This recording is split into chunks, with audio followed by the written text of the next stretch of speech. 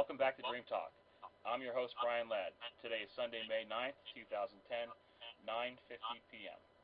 Tonight we're going to be discussing three cases that we've gone over before, and I have a guest with me, and that is Psychic Gail St. John.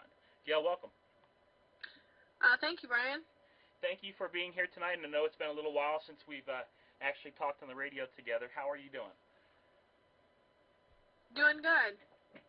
Good. I'm doing good as well. I know we've taken a little bit of a break, but we're back. I do have a new case I did last night, and we're going to discuss that case tomorrow. That case is for Venus Rose Stewart. That was done last night. Deborah is familiar with this case, and she's also a local there, so she's going to come on tomorrow, and we're going to discuss this case in detail. Now, that case is posted to my website, and that's case number 865, and I'm not going to discuss that again tonight, but we will go over it in detail tomorrow. Gail, I know you're not familiar with the case, but if you'd like, you can come on tomorrow with us, and we can go over that. I'll do my best. I'm not sure how things will go with traveling. Okay. Speaking of traveling, I know that you got something going on tomorrow. You're doing a search, and then we're going to be discussing you going out to Texas to look for Gable Scott Johnson. So first of all, what are you doing tomorrow? I am actually going to pick up Cindy from the airport, and we are going to be in Terre Haute, Indiana, to continue the search for Jack Barry. Okay. Now, you've been out there once, correct? Or twice? Once or twice? Once. And so this is our second time back. Okay. Now, I know that Larry and Dalton and his team have been out there, I believe, twice now. I think you guys are searching in the same general area. Do you know what area they searched? I'm not sure because they didn't tell me. Okay. Well, I do have that because I did interview them, and I do have their search maps posted on the case file as well, and I'll send those to you if you'd like. Yeah, to be honest with you, it doesn't really matter to me because I'm doing my normal back to my blind drive, and I'm going, with what I see, and obviously they didn't find anything, so it'd really be pointless for me to follow their information. Okay, well, no, I just wanted you to look and see if the area. Yeah, I mean, I'll look at it, but I have to stick with what I've done. Okay, now you said blind drive. Now, a lot of people listening probably don't know what that word means. Can you explain it? I mean, I know it was really popular during the Kaylee Anthony case, and you guys were dead on there. Explain that real quick, please. Okay, blind drive is when I go out, I'm not really paying attention to streets or where I'm going or where I'm actually driving, but I'm going completely on feeling and vibration to find the person. Okay. So you're not looking at street signs or anything like that. You're just feeling and driving. Of course, bang traffic laws and stuff, but right? Yes. Okay, and I know sometimes you have Tamara drive for you, which is your daughter. Right. Is that easier for you to have somebody else drive? No, actually, I find that it's actually easier for me to drive. Okay. All right. Now, I know we have some of your blind drive videos. I have Kaylee Anthony and I have Aji Desir. Now, there's a few blind drives that you don't want to release yet. Can you say why? Why can't you release those right now? Or? I feel that they would hinder the investigation or hinder, because the reason is giving out the location means that other people are going to show up, and it could possibly end up being that forensic evidence could be destroyed. Okay. I'm not going to do that to a case. Okay. Fair enough. We did watch, well, actually millions of people did watch your blind drive video for Kaylee Anthony, and you guys did stop right where they had found her body. Unfortunately, they didn't pay attention to your blind drive video at the time, and I know you couldn't get in there for a lot of reasons. I know that's probably frustrating to you, but I mean, at least Kaylee was found. Unfortunately, it was months after your blind drive. How do you feel about that? I know it's pretty frustrating. You can't make anybody do anything, but all I can say is, I try to obey the law and not, do things, and at that point, there was a lot of issues, and we couldn't get the permission. We wanted to search properties and do different things. So hopefully Yeah, in this case here, it'll be good. Okay. So tomorrow you and your administrator, which is who? Cindy? Yes, she's Okay. my, case manager. Okay, and she'll be flying in tomorrow? Yeah, she's flying into the airport tomorrow. I'll pick her up, and then we'll go on to the Terre Haute, Indiana location. Okay, and again, that's the search for Jack Berry. Now, there's been some pretty significant events in this case. I do know that a lead suspect was released from jail, correct? Yes, and if anybody remembers right, that in some of the things he had said he was not guilty. Okay. But the evidence points toward this person being involved, though. I mean, at least from what I've heard, some pretty damning evidence, like blood in the vehicle.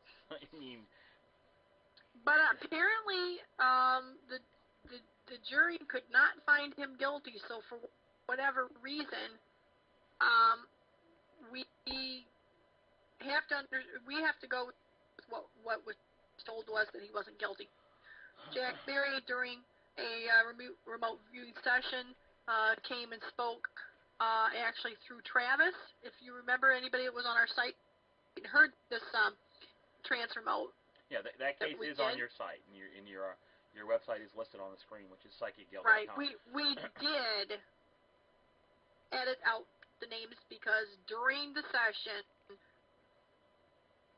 that Jack spoke through Travis Sanders, named first and last names in a lot of cases. Okay. So we had to be careful. Okay. Yeah. We Now I did have edit those out the names. transcripts, and I believe I have two audio recordings for you on that case, and that was the semi-trance you were doing. Is that what that was? Yes, Okay. yes.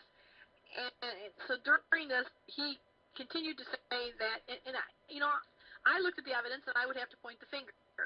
But during this time of the semi-trance, it was said over and over that he was set up. Well, he was really set up because they found a lot of blood. I mean, we're talking enough blood. But how come a jury couldn't convict him? I don't know. I don't know. So there had to be some things that we didn't understand and we didn't know about, Okay. obviously. Right. And throughout this whole thing, Jack Berry continued to say he was not the one. Who am I to believe? I was believing evidence. I'm being told otherwise, and then come to find out the jury couldn't convict him. Tells you something. Yeah, and I wish you luck. You're going to keep us informed, right?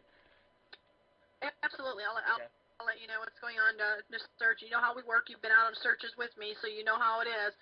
Mm-hmm. It's going to be sun up to sundown. Okay, now speaking of that, now I met you actually in person working the Brian Schaefer case. I actually drove out there to meet you. And that was interesting. That was the time that we were also filming a pilot for a TV show. Right. A failed TV show, but it was still a TV show. And that's a whole other story I'd love to talk about sometime, but it's just not right now.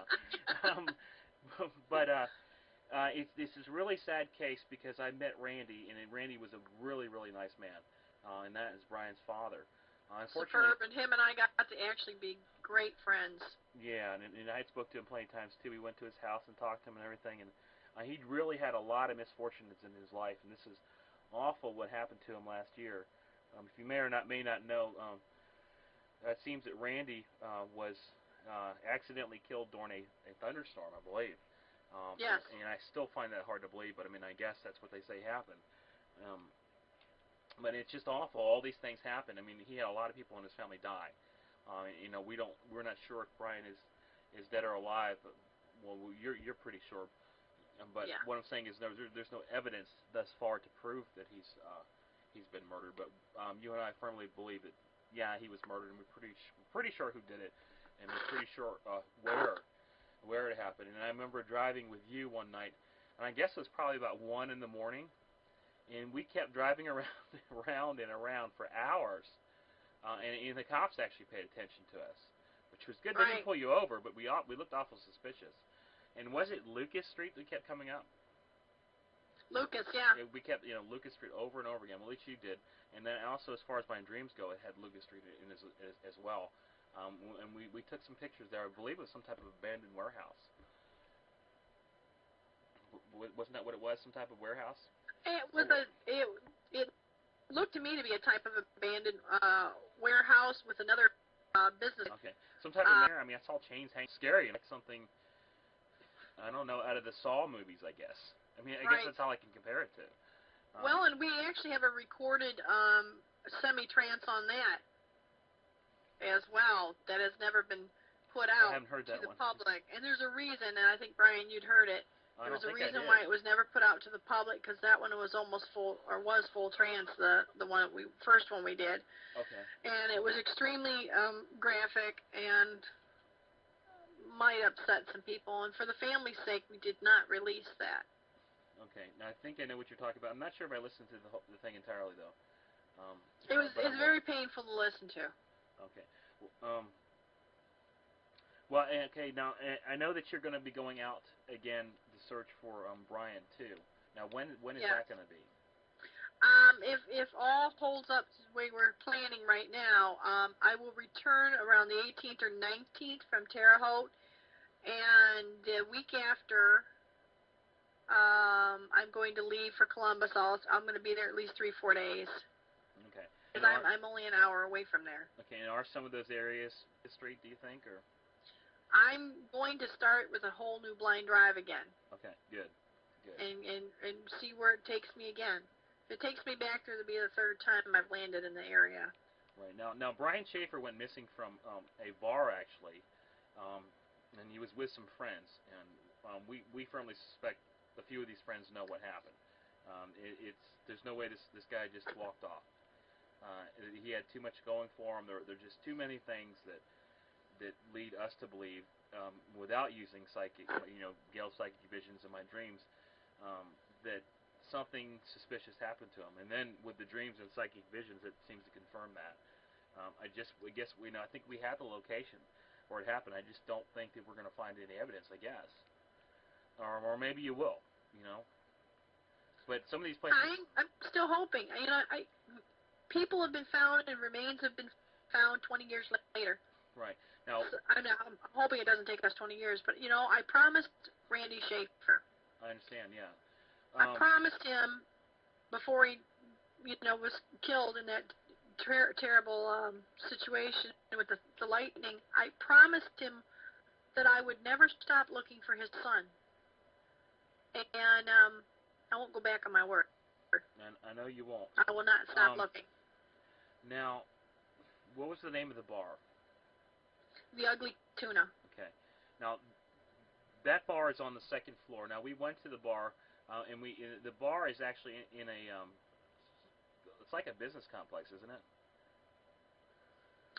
Yeah, and if you remember right, everybody kept saying you can't open that door. I said, I'm sorry, but that's where I feel he went. Yeah. No. And who was it to push the door open? No alarms, no nothing. Yeah, wasn't that Tamara? It was somebody. It wasn't me. Yeah, I think it was Tamara who said, well, then let's push it open, see what happens. Yeah. And there it went. No alarms, no nothing. Right. And of course, our cameraman at the time. Oh, okay. Yeah, go ahead. Keep going. I'm going to tell you what. Said, hey, we're filming this. And they went all down there. Our family, went all down, through the steps. It was easy to get out, and no one would have seen anything because no one can figure out why the cameras did not capture him leaving. Well, no, we figured that out. Wait a second, Gail. What we had noticed something. One of the employees was going out the door, and we had asked them. They said that alarm's never worked. And what it is, it's an alarm for our fire escape. And on the door it says the alarm will sound if you open the door. Well, the employees know that it didn't sound, and apparently that's where they went down there to take smoke breaks or whatever.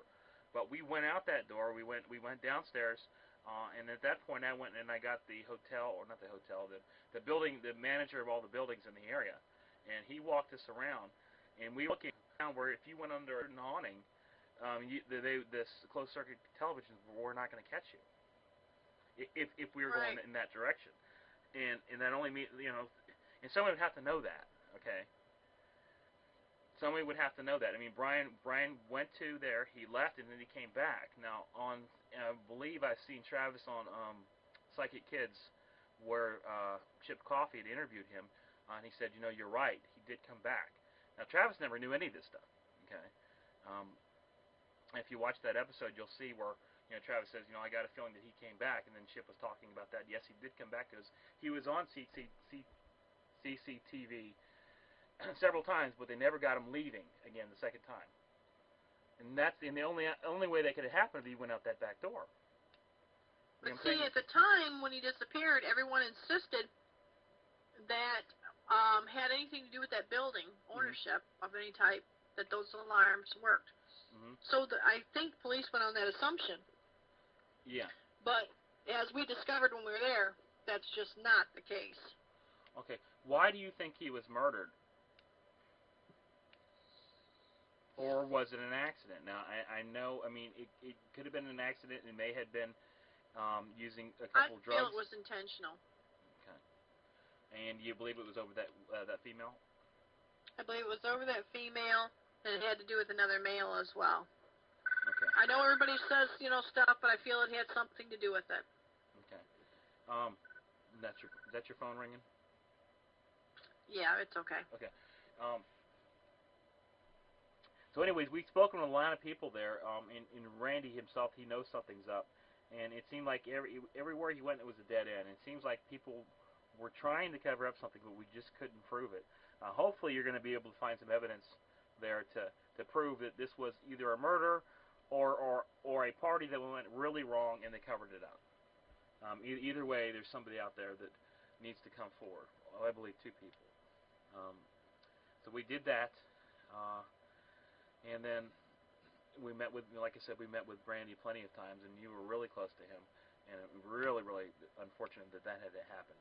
That's just, that was unheard of. When I heard that, I was like, what? It sounds like it's something you just don't hear all the time, But apparently that's what police say, that a storm came by, he was out in the backyard, and a tree branch broke off and hit him in the head. I was in total shock, Brian.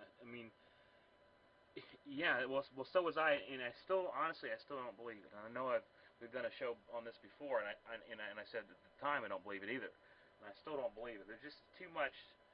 It's just too suspicious. I'm sorry, and I realize that, if police say that's what happened, it's probably what happened, but I don't know, Gail. I just find it hard to believe that all these people that he was associated with died.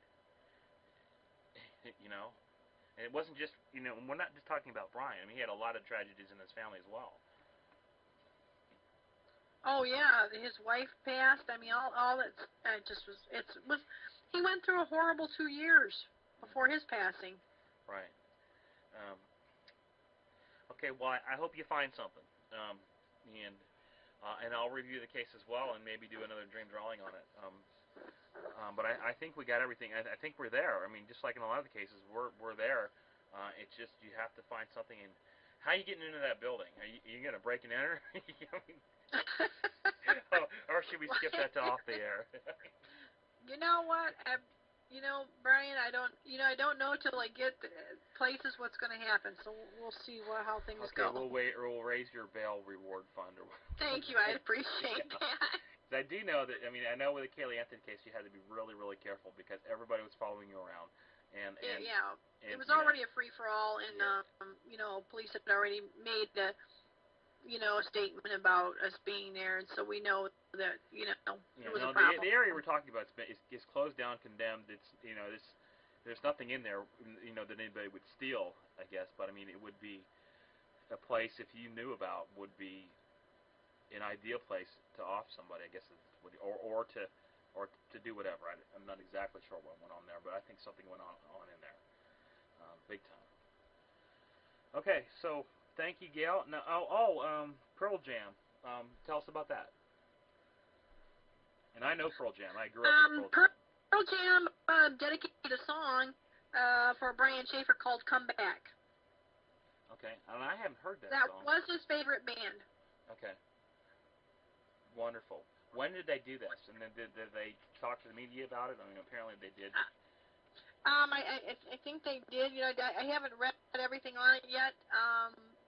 But I feel this is recently. They've done this. Okay. I haven't heard the song yet, but I'm looking forward to it. Okay, I'll find out more. I'm glad that they did that.